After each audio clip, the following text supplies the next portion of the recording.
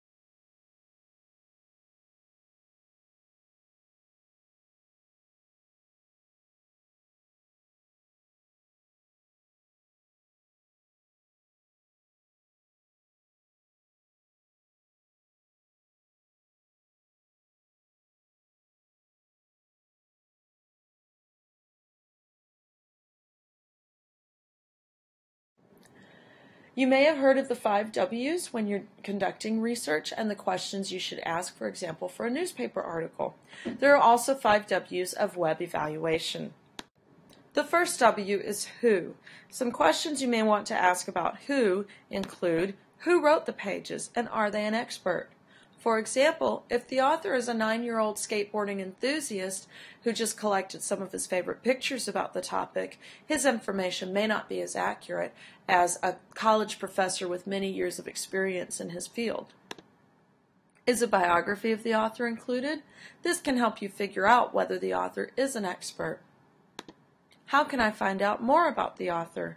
If there isn't a biography of the author included in the website, you might try searching their name to see if you can find a biography elsewhere. And again, this can help you figure out if this author is an expert, or sometimes even a serious amateur makes a good, reliable website.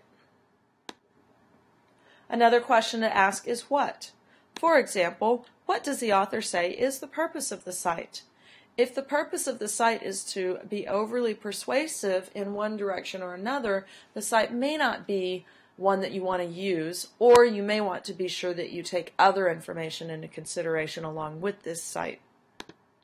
What else might the author have in mind for the site? For example, is this a serious site or is it only for entertainment? What makes the site easy to use?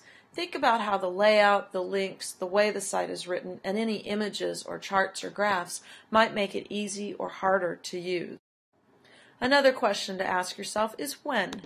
For example, when was the site created? Again, for some topics like technology and science topics, you want to be sure you have a site that's very up to date, and an old creation date may indicate out-of-date information. Again, the site's last update can also help. Even if the site is quite old, if it's been updated recently, then the information may still be up to date. Where is another good question to ask yourself. For example, where does the information come from? Does the author cite their sources, or do they explain how they have learned this information? Where can I look to find out more about the sponsor of the site? Sometimes knowing who the sponsor of a site is can let you know whether the site is serious or objective, or maybe has some kind of a bias. And finally, you want to ask yourself, why? Why is this information useful for my purpose? Think about the research that you're conducting and the type of information you're trying to find, and consider whether the information on this site is useful for you. Why should I use this information? Again, you'll want to think about whether it's relevant to your project, but also whether this information is accurate. An example of a website that I'd like for you to take a look at is this one called Banned Dihydrogen Monoxide. When you look at this site, it seems like a fairly serious site. There are large words used, there's scientific language used, and they cite sources such as the Department of Health of the State of Washington, which sounds like a very accurate source, or the United Nations World Health Organization.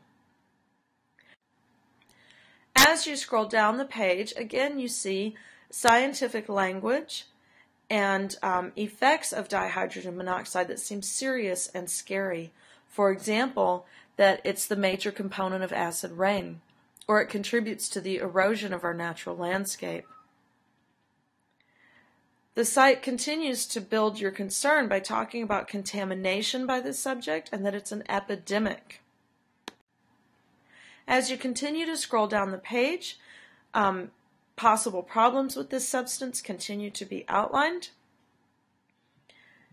Just before the line, "The horror must be stopped," you can see that legal issues are taken into consideration.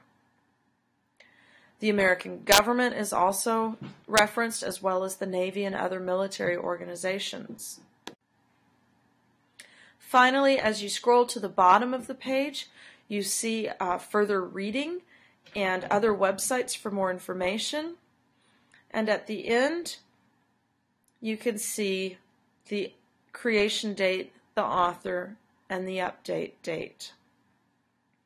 Now, the author is merely the name of the website. This might cause you to question the website. In addition, it's difficult to find any more information about this organization on this website.